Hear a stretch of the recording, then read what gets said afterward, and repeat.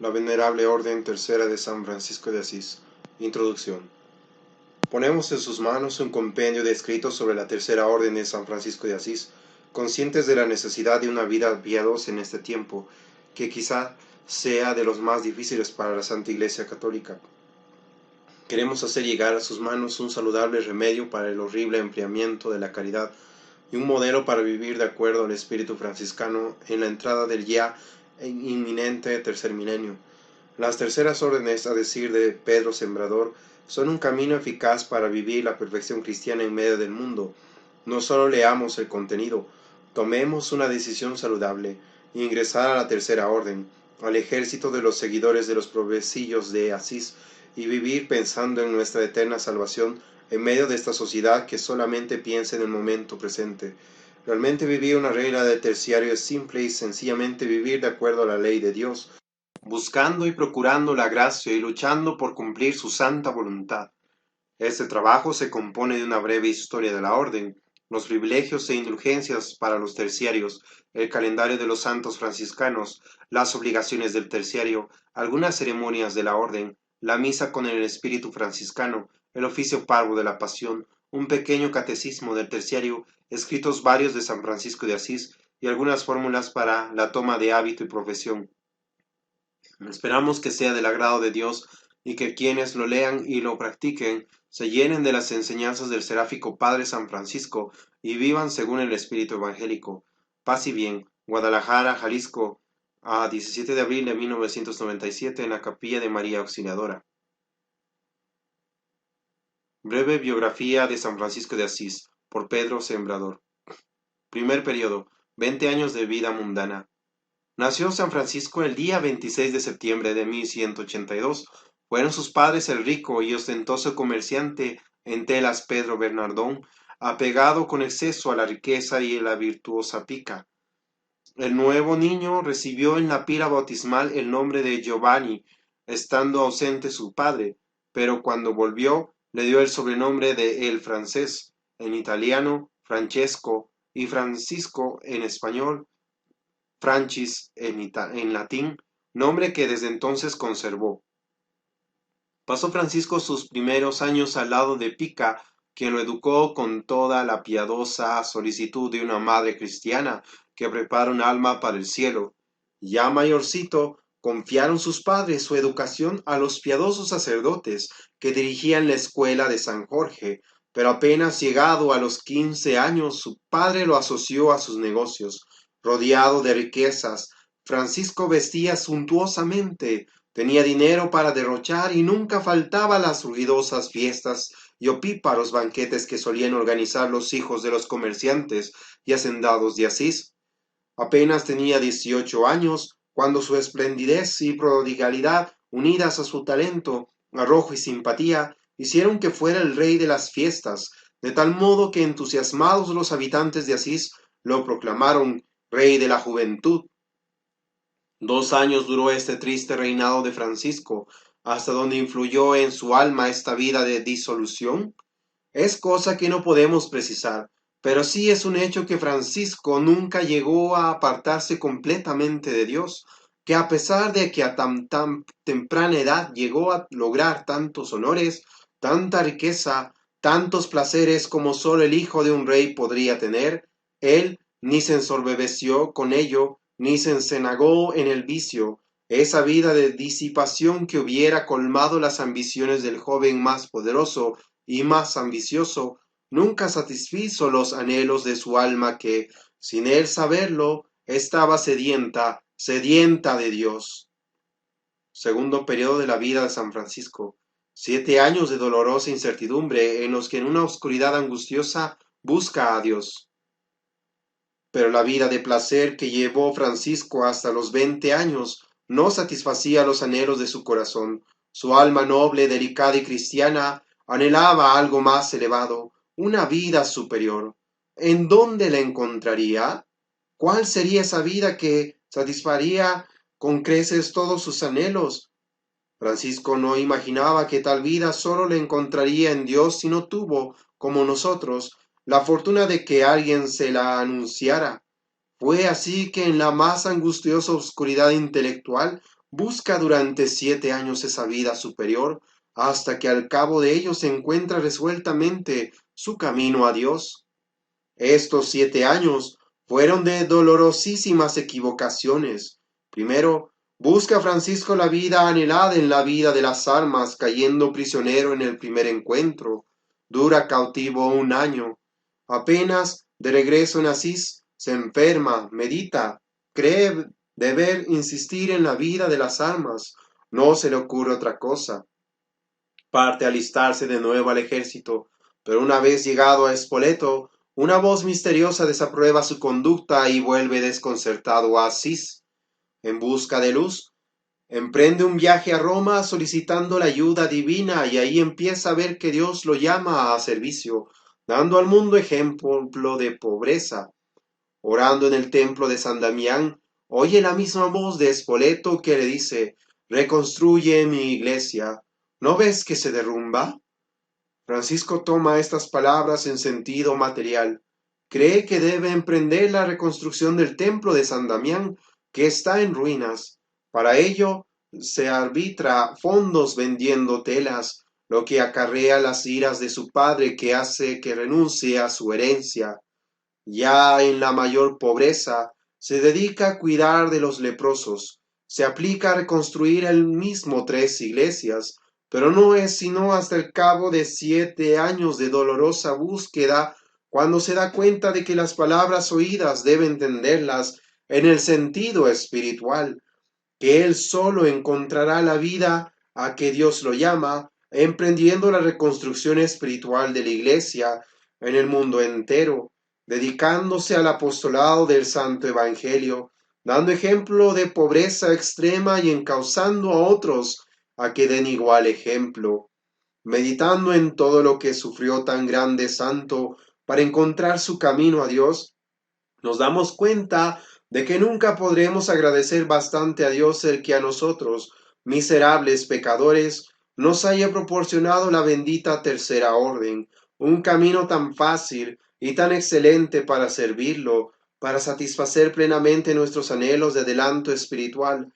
Es conociendo todo lo que San Francisco sufrió para encontrar la vida a lo que llamaba Dios, como estimaremos debidamente el haber tenido la suerte de encontrar esta bendita asociación. Francisco busca una vida superior en la vida de las almas.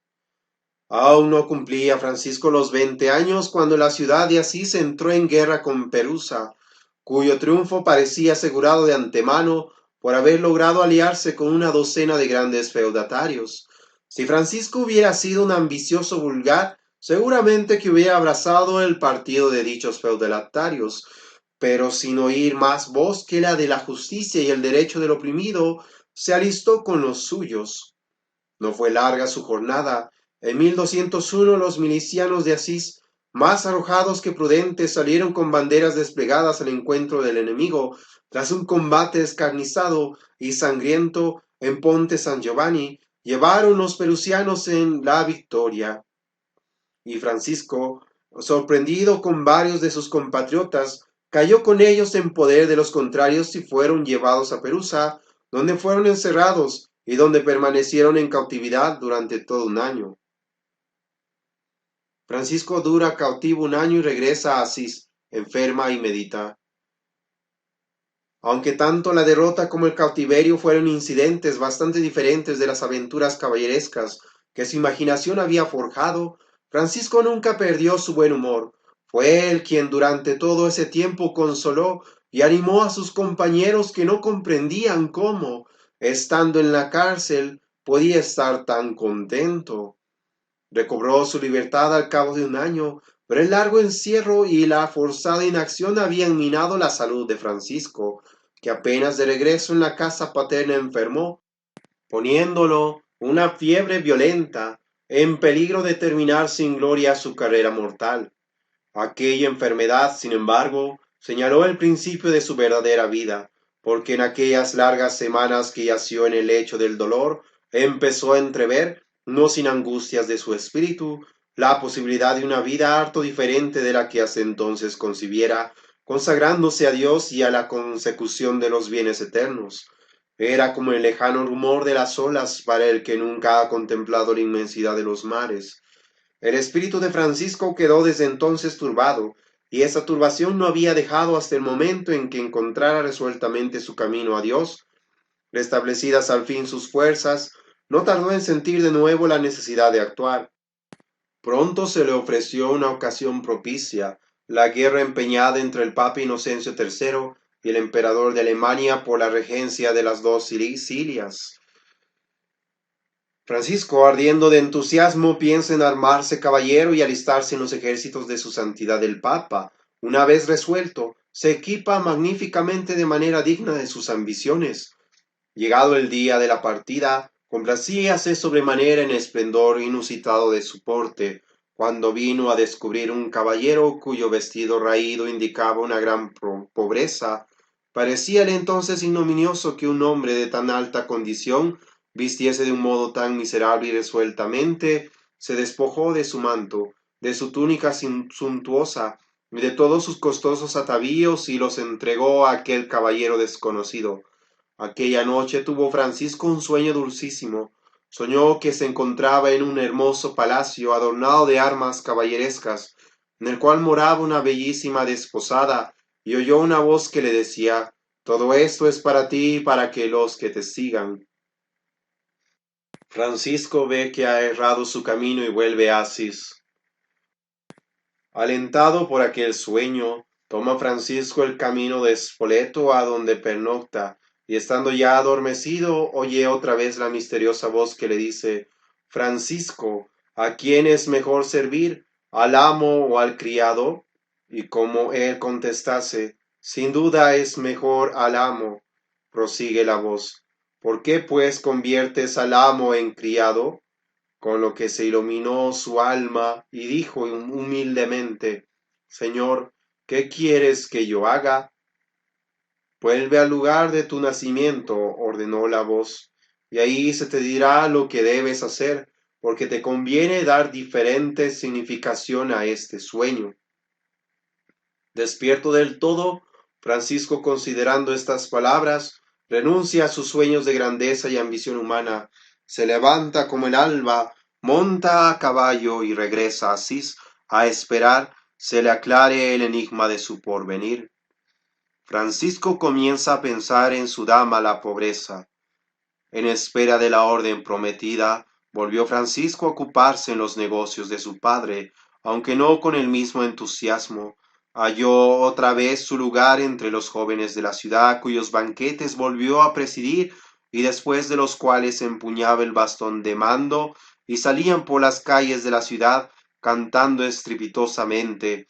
Pero él ya no participaba de tales regocijos con el corazón como en los tiempos pasados. Una noche, como cayese en silenciosa meditación, le dijeron sus amigos: ¿Amor tenemos, Francisco? ¿Has descubierto por fin la doncella que ha de ser tu esposa, y pasas la noche y el día pensando en su belleza y en sus encantos? Francisco, volviendo en sí, repuso con gravedad inesperada: sí, en verdad estoy pensando en tomar por esposa a la doncella más noble y más rica que jamás habéis visto. Él se refería ya a la más tarde llamaría su dama la pobreza. A partir de ese día tornase Francisco más pensativo y poco comunicativo. Buscaba consuelo en la oración e iba a socorrer ocultamente a los pobres. Era presa de las mayores angustias que le producía el sentir nuevos deseos y verse incapaz de darse cuenta de ellos, no poder así realizarlos. Exhalaba con frecuencia fuertes gemidos. Entre los múltiples pensamientos que en él fermentaban había uno que, si bien como a través de una niebla que siguiera oscureciendo su inteligencia, iba tomando forma gradualmente, era preciso renunciar al bienestar y a la ostentación y a todo proyecto ambicioso. En busca de luz, Francisco resuelve ir a Roma y ahí mendiga por primera vez. En su perplejidad, Francisco resuelve ir en calidad de peregrino a Roma, como tantos peregrinos que pasaban por Asís, llevando consigo sus deseos, sus temores, sus penas, para confiarlos a los santos apóstoles Pedro y Pablo, cuyos cuerpos descansaban en la colina vaticana. Se acercó así a ellos, no dudando que los santos apóstoles habían de darle luz y consuelo. Llevaba consigo valiosas ofrendas para depositarlas en el santuario apostólico, como pensaba acostumbrarían hacer los peregrinos. Pero grandes fueron su sorpresa y su disgusto al observar con cuánta parsimonía se hacían las ofrendas. Hastiado de los ávaros peregrinos, se apartó de ellos y puso en manos de los pordioseros inoportunos que se agolpaban en las puertas de la basílica cuanto llevaba.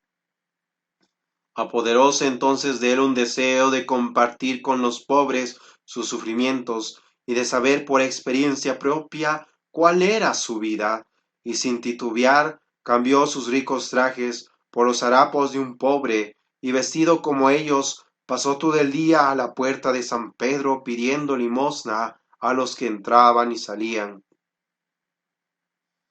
El beso al leproso. Cuando Francisco volvió de su viaje a Roma, traía gran deseo de compartir con los pobres sus sufrimientos y de saber por experiencia propia cuál era su vida. Entre los más desgraciados de ellos se distinguían los leprosos. Cierto día que Francisco regresaba a Asís a caballo, le pidió una limosna a uno de ellos. En otro tiempo le hubiera arrojado un puñado de monedas y espoleado su caballo, pero esta vez desmontó, puso su limosna en las manos de aquel miserable y tomándolas entre las suyas, imprimió un beso en ellas. Desde aquel momento quedó sellado el pacto de una nueva vida. Francisco se creyó llamado especialmente a cuidar leprosos, cuyas chozas desde entonces frecuentó, no ya secretamente, pues en aquella época en Asís era mal visto dar limosna a los pobres, sino que lo hacía a plena luz del día, y nunca olvidaba besarles la mano al entregarles su ofrenda. Por ello, y como ejemplo dado por nuestro seráfico patriarca, dijo el padre Eugenio de Oisí: desde ahora advertimos que rechazamos por completo, como contrario al genuino espíritu franciscano, el ideal apocado de aquellos que quieren encerrar a la tercera orden en el limitado círculo de devociones, ejercicios y prácticas piadosas. Repara mi iglesia, ¿no ves que se derrumba? Cierto día que Francisco oraba en el templo de San Damián, oyó una voz que parecía venir del crucifijo y que decía: repara mi iglesia, ¿no ves que se derrumba? Creyendo que esta era la orden que se le había anunciado en Spoleto, y tomándola al pie de la letra, se dirige a su casa, toma varias piezas de riquísimas telas y montando a caballo monta hasta Poligno, donde vende sus mercancías y su cabalgadura, y vuelve a entregar al cura de San Damián el producto de aquella venta, para costear las obras de la iglesia, pidiendo al mismo tiempo licencia para vivir ahí con él. El señor cura, que conocía bien a Pedro Bernardón, temiendo algún disgusto, no aceptó la limosna, que entonces Francisco dejó en una ventana, pero sí le permitió viviera con él. Al enterarse Pedro Bernardón, cuando regresó de su viaje de la conducta de Francisco, llenóse de cólera e indignación, resolvió poner término cuanto antes a tanta locura, y acompañado de algunos amigos fue a la iglesia de San Damián. Francisco, temiendo la cólera de su padre y sobre todo su maldición, corrió a esconderse a una cueva en la que permaneció durante un mes en la más completa soledad, constantemente en comunión con Dios. Ahí aprendió que era indigno de la grandeza del Señor, a quien servía andar oculto por miedo a los hombres, y así se resolvió, poniéndose en las manos de Dios, a salir de la cueva e ir a Asís. Tan pronto cuando lo vio su padre, descargó su furia en denuestos, lo arrastró a la casa y ya en ella le dio durísimos azotes, y lo encerró en una habitación oscura, pensando así acabaría con las extravagancias de Francisco, que ponían en descrédito el nombre de Bernardón, cuando algunos días después tuvo que ausentarse por sus negocios. Quiso asegurarlo poniéndole esposas en manos y pies. Francisco se desposa con la dama Pobreza, pero viendo Pica, su madre, que era en vano tratar de hacer desistir a Francisco de lo que él creía era la voluntad del Altísimo, lo puso en libertad. Cuando volvió Bernardón, reprendió duramente a su esposa, y cegado por la rabia, salió en busca de su hijo, esperando todavía reducirlo a obediencia. Mas cuál no sería su asombro al ver que Francisco salía a su encuentro sin revelar temor ni desconfianza.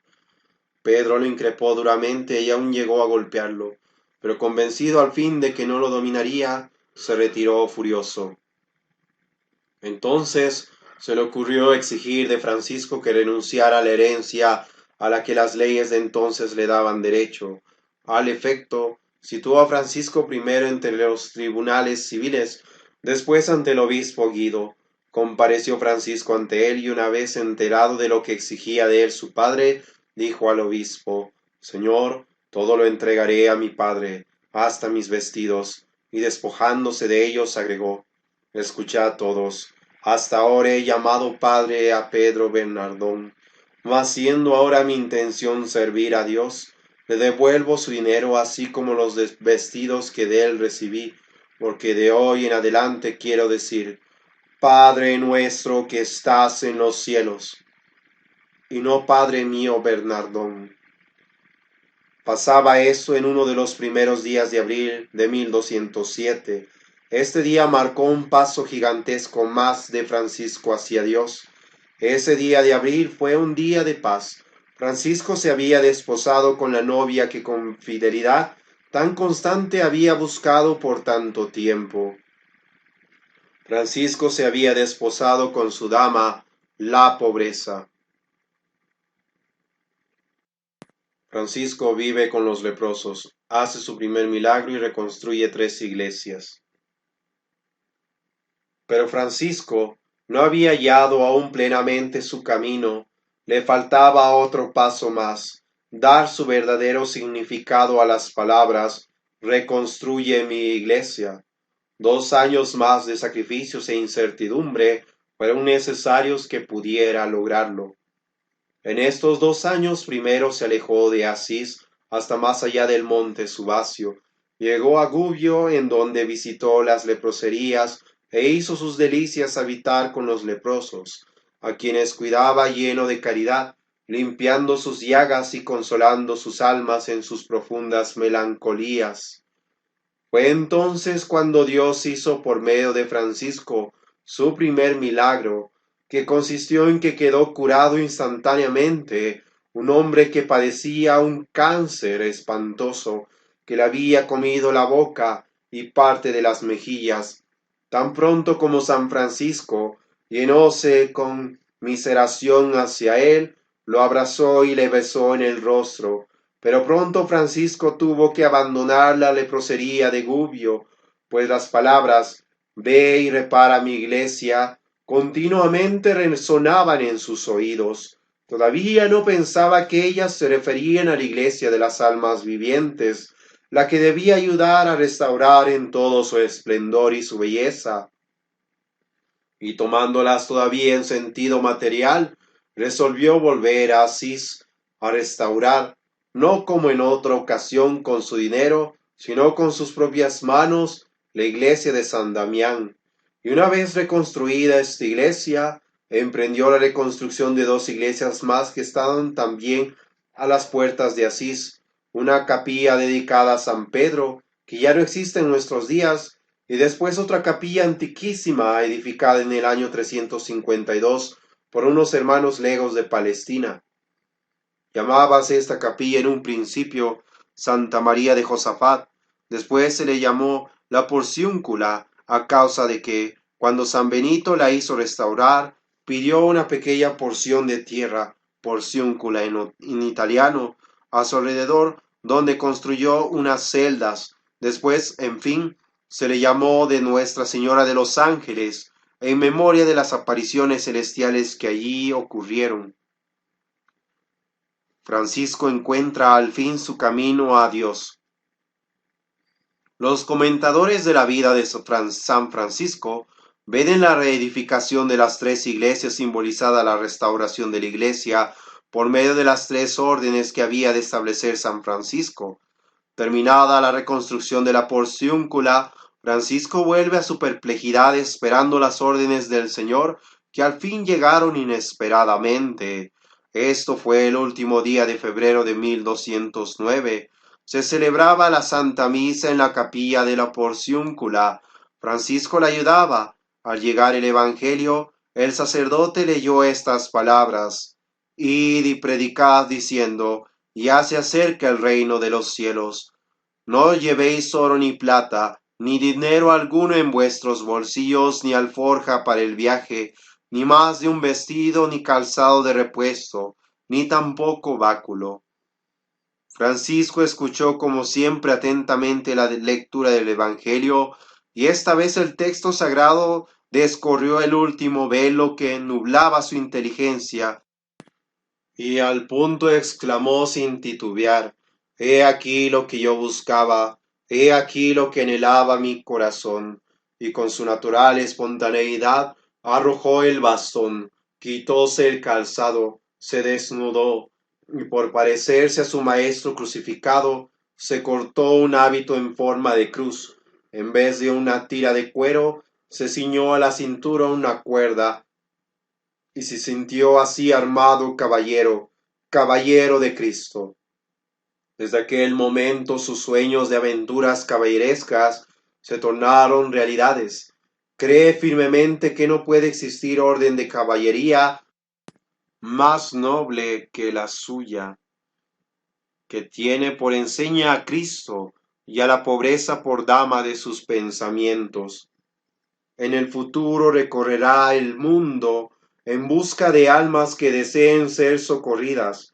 Los poderes del mal que siembra enemistades entre Dios y los hombres, y entre hombre y hombre, serán los malandrines contra los cuales combatirá. En todo lugar proclamará el reino de Dios y de su paz, y en su amor a los pobres hallará fuerza y valor para seguir a Cristo. Tercer periodo de la vida de San Francisco. 18 años de servicio de Dios, de incomprensiones y de soluciones, fundación de la Primera Orden. Pocos días después de aquella memorable lectura del Evangelio, comenzó Francisco a ir todos los días a la ciudad. La inspiración divina le inflamaba y agujeneaba. A los que encontraba a su paso los saludaba afectuosamente con estas palabras: Hermanos, el Señor os dé paz. Y se acercaba a muchos de ellos y les hablaba con sencillez fervorosamente sobre el reino de Cristo, sin predicarles propiamente sermones. Fue así como fueron adhiriéndose a él algunos discípulos. Tocó en suerte ser el primero a Bernardo de Quintabal, varón riquísimo y principal. Le siguieron después Pedro de Catania, canónigo de Asís; Egidio, conocido por Fray Gil, hijo de un propietario de la ciudad, etc. Francisco no les impuso largas prácticas. Bastábale una prueba para recibirlos, que anunciaran a todos sus bienes y que se decidieran a ir a pedir su sustento de puerta en puerta. Francisco no esperó tener muchos discípulos para dar principio a su campaña apostólica. Tan pronto como reunió a algunos de ellos, empezó a enviarlos a misionar de dos en dos por los valles del Apenino y los llanos de Umbría, de las Marcas y de Toscana. Su punto de reunión era la porciúncula. Cuando llegaron a 12, consideró Francisco que era llegado el momento de constituir formalmente su familia religiosa, y al efecto escribió una regla compuesta de algunas sentencias del Evangelio, en la que además de los 3 votos ordinarios de pobreza, obediencia y castidad, se prescribía la renuncia de toda posesión aún en común. En cuanto la hubo terminado en mayo de 1209, partieron todos para Roma buscando la aprobación de su santidad el Papa Inocencio III. Los cardenales pusieron para ello muchas dificultades, y el Papa, a pesar de su buena voluntad, solo dio a Francisco esperanzas de que algún día sería aprobada. Pero Dios vino en ayuda de Francisco, inspirando al Santo Padre un sueño, en el que vio la Basílica de Letrán, madre y cabeza de todas las iglesias, amenazaba gran ruina y se venía ya al suelo, cuando un pobrecito vestido de tosco sayal, descalzo y ceñido por recta cuerda, ponía sus hombros debajo de las paredes de la iglesia y la enderezaba de tal manera que parecía luego más recta y sólida que nunca. Otra vez fue el santo al palacio de Letrán y expuso al Papa su demanda, y viendo Inocencio III la humildad, pureza y fervor de Francisco, y acordándose de la visión que había tenido, conmovido lo abrazó, lo bendijo, así como a todos sus frailes, confirmó su regla y les mandó que predicasen la penitencia. La primera orden había quedado formal y solemnemente fundada en 1209. Después de la aprobación de la regla, no volvieron los frailes inmediatamente a la Porciúncula, sino que se establecieron no lejos de Asís, en una choza abandonada al borde de un famoso torrente que se llama Ribotorto. Unos pocos meses después, la comunidad franciscana volvió a la Porciúncula. Francisco rogó a los benedictinos del monte Subasio, le dieron asilo para él y sus compañeros. Estos, gustosísimos, le cedieron la capilla de Nuestra Señora de los Ángeles, la casa antigua y algunas parcelas de terreno, a condición de considerasen aquel convento como cuna de la orden de frailes menores.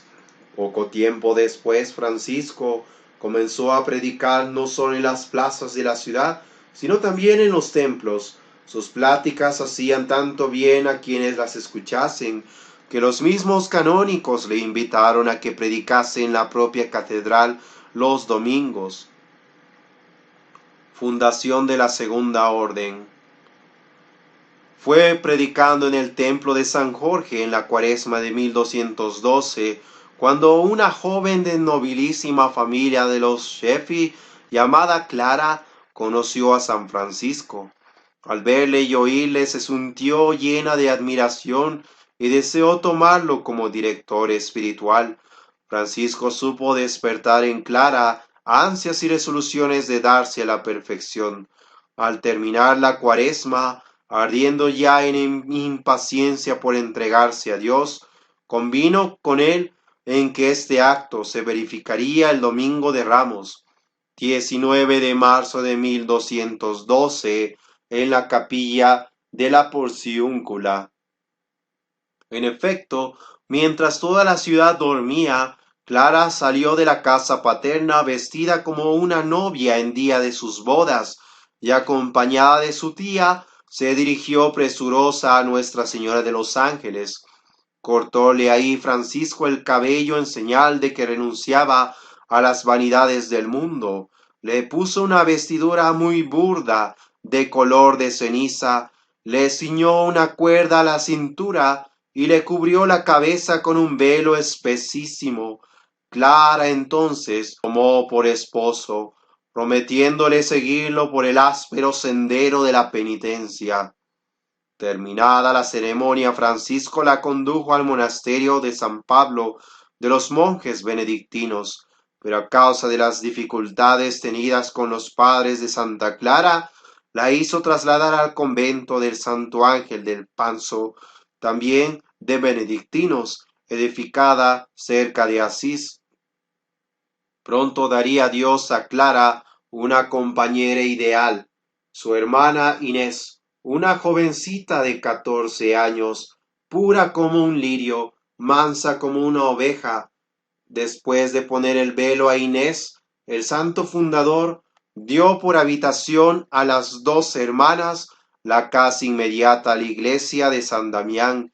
Clara fue en ella la primera abadesa franciscana y pronto vio congregarse alrededor de su cayado una falange de almas seráficas, entre las cuales merecen mencionarse a Hortulana, su propia madre, ya viuda, otra hermana suya llamada Beatriz, y aquella tía que tanto la acompañó para hallar su camino.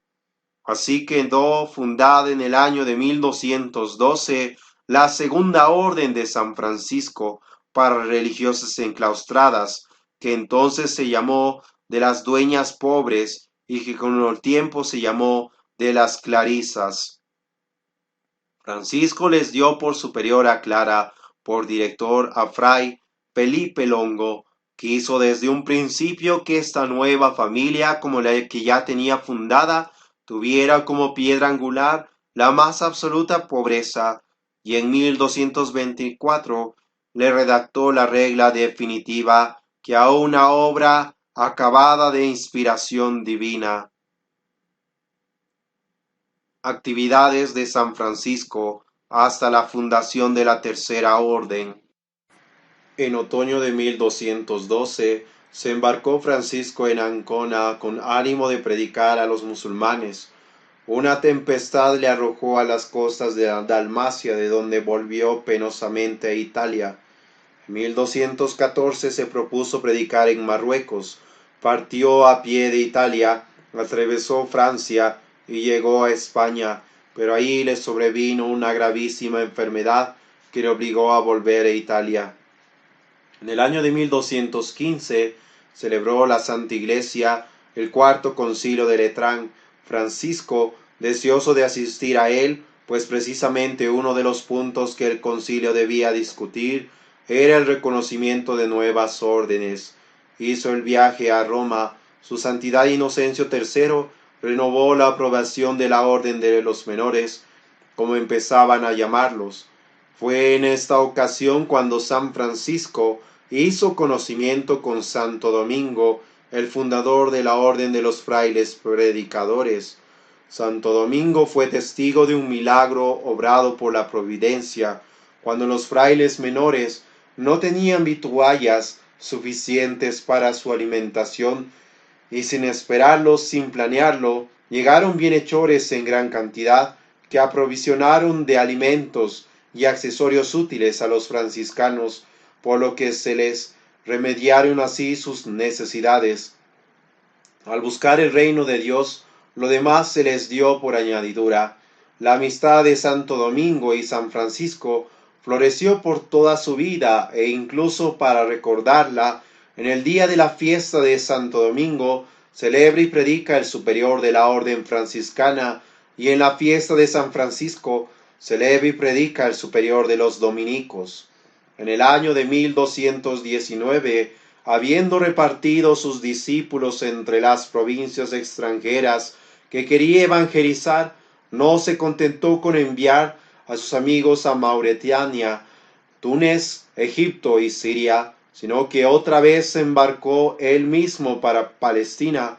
Llegado ahí, intentó convertir al sultán de Egipto, llamado Melech el Camel, el cual lo recibió muy cortésmente y aún lo escuchó con agrado, pero no consintió en mudar de religión. Con esto se volvió San Francisco a Italia, después de haber tenido la fortuna de haber visitado los santos lugares. Nota de este canal. Capítulo 18 del libro Las Florecillas. Del maravilloso capítulo que tuvo San Francisco en Santa María de los Ángeles, donde concurrieron más de 5,000 frailes. El siervo fiel de Cristo San Francisco tenía una vez capítulo general en Santa María de los Ángeles, concurriendo más de 5,000 religiosos, al cual asistió también Santo Domingo, cabeza y fundamento de la orden de predicadores, el cual, a la sazón, caminaba de Borgoña a Roma, y oyendo hablar de la reunión del capítulo que San Francisco celebraba en el llano de Santa María de los Ángeles, fue a verle con 7 frailes de su orden. Concurrió también en el referido capítulo un cardenal devotísimo de San Francisco, al cual éste había profetizado que llegaría a ser papa, y así fue. Había venido el cardenal a propósito desde Perusa, donde estaba la corte, a Asís. Todos los días visitaba a San Francisco y a sus frailes en el capítulo, y sacaba grandísimo provecho y devoción de visitar a tan santo colegio, y viéndoles sentados en aquella llanura alrededor de Santa María, en grupos de 40, 100, 200 o 300 juntos, todos empleados en hablar de Dios en oraciones, gemidos, lágrimas y ejercicios de caridad, y que estaban con tanto silencio y tanta modestia, que no se sentía allí ningún rumor ni movimiento. Maravillándose el cardenal de muchedumbre tan ordenada, con lágrimas y con gran devoción decía: verdaderamente que este es el campo y el ejercicio de los caballeros de Dios. No se oía entre tanta multitud ninguna palabra frívola o baja, sino que por el contrario, en cada grupo de frailes se oraba o recitaba el oficio divino, o se lloraban los pecados propios o ajenos, o se trataba de la salud de las almas. Había en aquel campo cabañas o cobertizos de esteras distintas, según la diversidad de provincias de los frailes que la habitaban, y por eso se llamaba aquel capítulo de los cobertizos, y también de las esteras.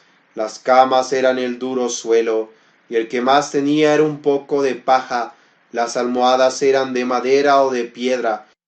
Por esta razón era tanta la devoción de los que veían u oían, y tanta la fama de su santidad, que de la corte del Papa, que estaba a la sazón en Perusa, y de otros lugares del valle de Spoleto, acudían muchos condes, varones y caballeros, y multitud de pueblos, de cardenales, obispos y abades, y otros clérigos, para ver aquella congregación tan santa, tan numerosa y tan humilde, de modo que el mundo no había visto jamás mayor número de hombres santos reunidos, y principalmente venían a ver la cabeza y Padre Santísimo de aquella santa gente, el cual había robado al mundo tan bella presa, y reunido un tan hermoso y devoto rebaño, para seguir las huellas del verdadero pastor Jesucristo.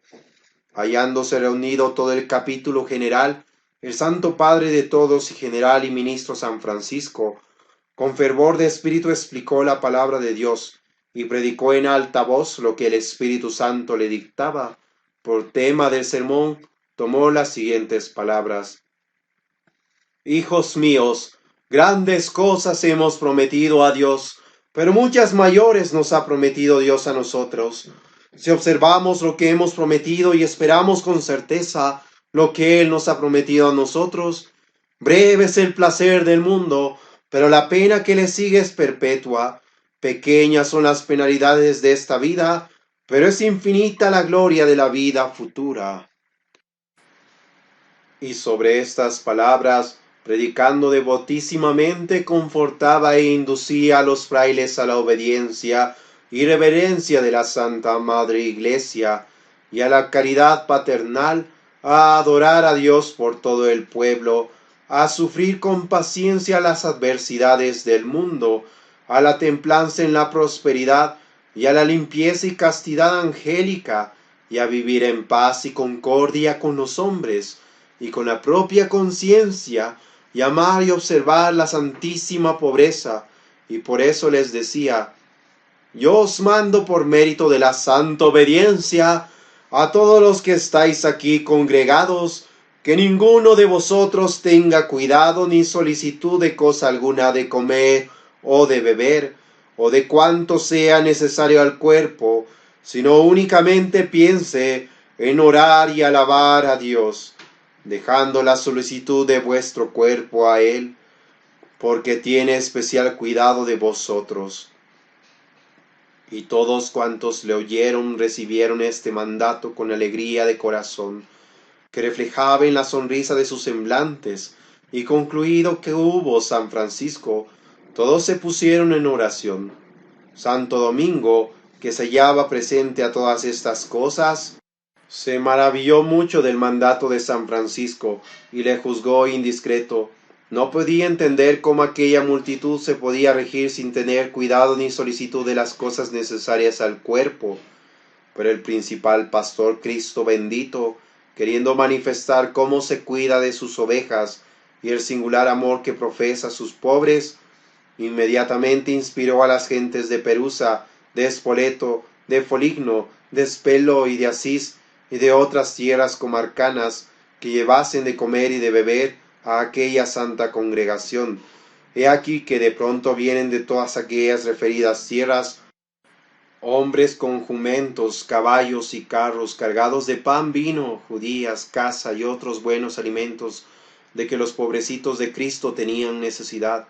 Además de esto, trajeron manteles, servilletas, platos, cubiertos y otras vasijas para el servicio de aquella multitud. Y se reputaba dichoso el que podía llevar algunas cosas o servir con más solicitud a los frailes, de tal suerte que los caballeros, varones y demás gentilhombres que habían venido de espectadores, con gran humildad y devoción los querían servir por sí mismo, por lo cual Santo Domingo, viendo aquellas cosas y conociendo verdaderamente que la providencia divina cuidaba de todo, humildemente reconoció que se había engañado al calificar de indiscreto el mandato de San Francisco, y yendo a buscarle, se echó a sus pies de rodillas y humildemente le confesó su culpa y añadió: verdaderamente Dios tiene un cuidado especial de estos santos pobrecitos, y yo no lo sabía. De aquí en adelante prometo observar la evangélica y santa pobreza, y maldigo en nombre de Dios a todos los frailes de mi orden, que dentro de ella presuman de tener alguna cosa propia. De este modo Santo Domingo quedó muy edificado de la fe del Santísimo Francisco, y de la obediencia y pobreza de tan numeroso y ordenado colegio, de la providencia divina y de la copiosa abundancia de todos sus bienes. Cierra nota de este canal. Indulgencia de la porciúncula. En el año de 1216 contribuyó el cielo con un favor extraordinario a consolidar la obra humildemente comenzada en la porciúncula, pues una noche que Francisco se hallaba orando en este templo, se le apareció nuestro Señor Jesucristo en compañía de la Virgen María y le inspiró que fuera a ver al Papa Honorio III a Perusa y le pidiera indulgencia plenaria para cuantos contritos y confesados visitaran aquella iglesia. No obstante la oposición de los cardenales, el Papa otorgó la indulgencia, pero sólo para un día del año, el 2 de agosto, día de San Pedro Advíncula. Esta indulgencia fue después concedida por otros santos padres a todas las iglesias franciscanas, y en nuestros días se ha hecho extensiva a otros muchos templos privilegiados. Una vez concedida la indulgencia por el Papa Inocencio, este cayó gravemente enfermo. Fue al palacio a buscar al pontífice. Ante el palacio encontró una multitud de gente excitada y se enteró de que el pontífice estaba moribundo. Se decía que una fruta envenenada había producido su enfermedad. Los cardenales, obispos y demás prelados aguardaban en el patio y en los salones del palacio. Ninguno osaba entrar en el cuarto del Papa, pues circulaba el rumor de que su enfermedad era la peste. Uno de los dignatarios de la iglesia intentó mirar a través de un agujero de la cerradura del cuarto donde agonizaba el vicario de Cristo.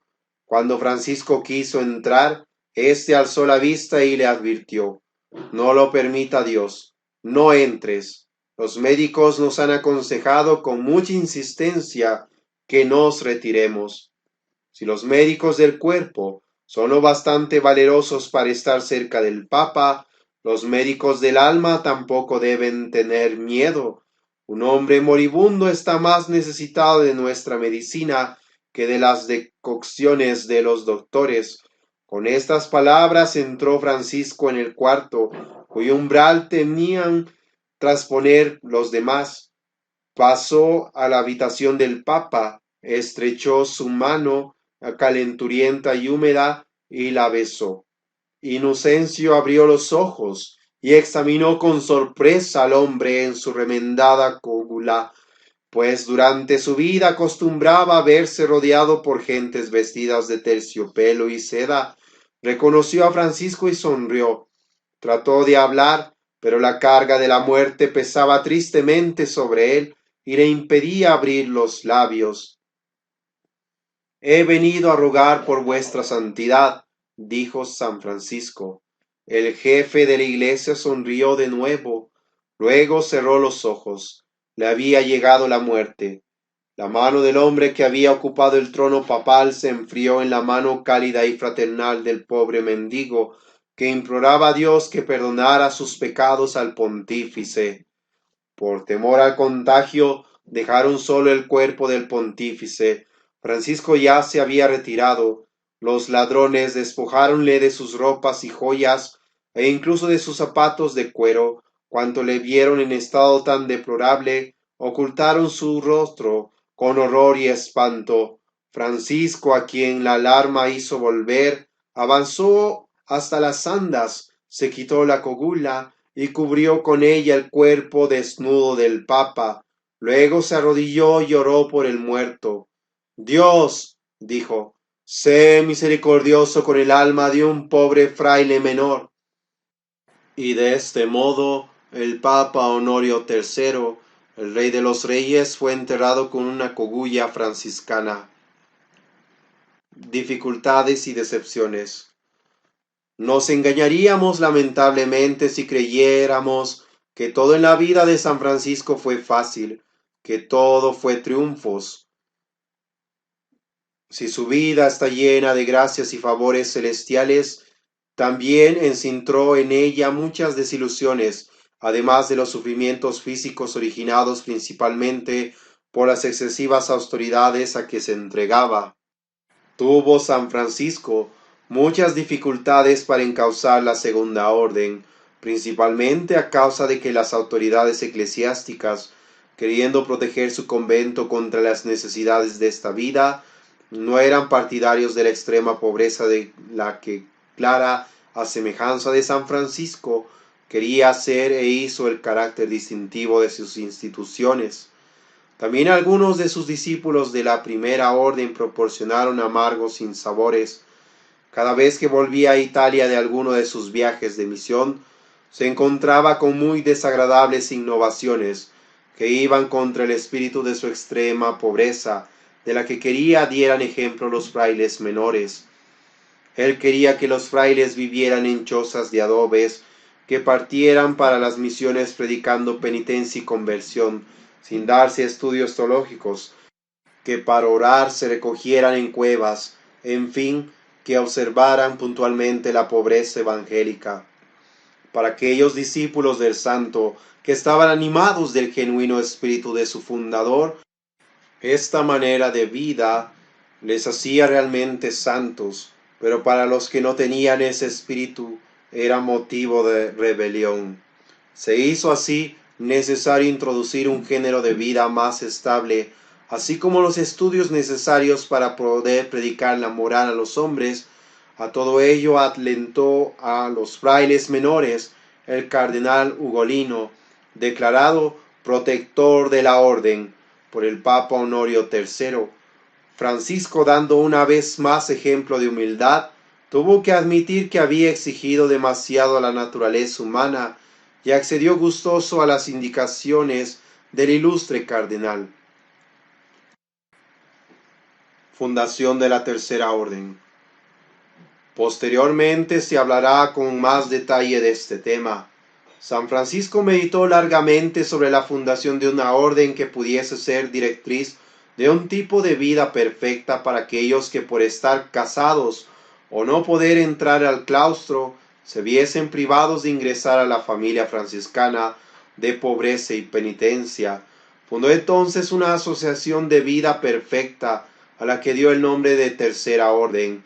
A los que entraban a ella no les exigía como a los frailes menores que vendieran todo cuanto tenían y lo dieran a los pobres para hacer vida de pobreza material, pues esto no resultaba compatible con la obligación de sostener y educar una familia, pero sí les exigía que fueran pobres de espíritu, es decir, que no desearan desordenadamente las riquezas, que se conformaran con lo que tenían, que dedicaran su vida al servicio de Dios, haciendo cuanto hicieren por amor suyo, y que practicaran las principales virtudes de nuestro Señor Jesucristo, especialmente la humildad, la penitencia y la castidad.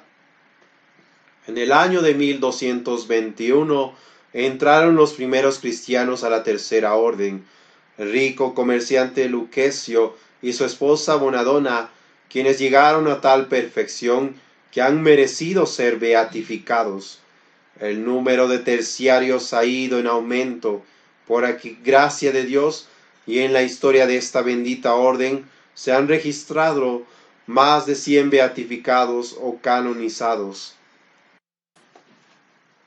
Los primeros nacimientos. En diciembre de 1223, San Francisco, que había renunciado al gobierno de la orden, sin por eso desentenderse de ella, vivía recogido haciendo vida contemplativa en una ermita del valle de Rieti.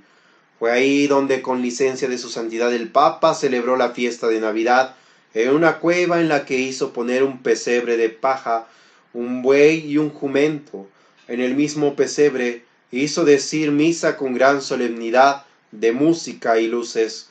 Este fue el primer nacimiento que se puso en la fiesta de Navidad en todo el mundo.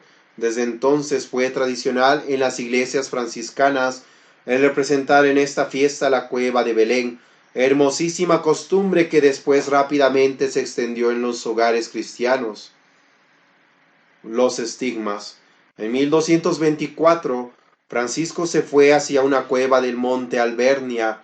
Cierto día, meditando como acostumbraba sobre la pasión del Salvador, vio que bajaba del cielo y volaba sobre aquellas rocas un ángel resplandeciente con 6 alas extendidas, y 2 se levantaban sobre la cabeza del crucifijo que aparecía entre ellas. Otras 2 se extendían como para volar, y las 2 restantes cubrían todo el cuerpo del crucificado. Oyó entonces una voz que le decía que el fuego del amor divino le transformaría en la imagen de Jesús crucificado. Al mismo tiempo sintió agudísimos dolores en sus miembros. Unos clavos negros atravesaban sus manos y pies, y de una llaga abierta en su costado derecho empezó a manar abundante sangre. Dios mismo se había dignado dar testimonio de la santidad de Francisco, grabando en su carne las llagas del Redentor. Su gloriosa muerte. Detalles de su muerte veremos en parte posterior de este tratado. En el año 1226, pasada la fiesta de San Miguel, que él tanto veneraba, San Francisco se despidió del monte Albernia, montado en un jumentillo, pues no podía caminar. Llegó poco a poco a la porciúncula, sembrando milagros por donde quiera que pasaba. Sus dolencias eran realmente terribles. Los médicos más afamados fueron a verlo, pero empeoró el mal. En esas circunstancias compuso el Canto del Sol, y le incluyó posteriormente una estrofa en que alababa al Señor por la hermana muerte. En Asís, en la porciúncula, todos los frailes lloraban, y Francisco los exhortó al amor de Dios, de la santa pobreza y la paciencia. Cruzados ya los brazos, dijo: Quedaos, hijos míos, en el temor del Señor, y permaneced siempre en él. Dichosos serán los que perseveraren en el bien comenzado. Yo voy a prisa al Señor, a cuya gracia os encomiendo. Y aguardó a su hermana muerte, que ocurrió el 4 de octubre de 1226. Sus reliquias fueron depositadas en la iglesia de San Jorge. Glorificación de San Francisco. Tantos y tan estupendos milagros obró el Señor por intercesión del glorioso San Francisco, que ya a los 2 años de muerto, el cardenal Ugolino, a la sazón papa, con el nombre de Gregorio IX, fue personalmente a la ciudad de Asís y con gran solemnidad lo canonizó y puso en el catálogo de los santos. 2 años después, el de 1230, en el capítulo general de Asís, trasladaron su sagrado cuerpo con solemnísimas fiestas a la suntuosa iglesia de su nombre, recién edificada para recibirlo. Paz y bien, Pax et bonum.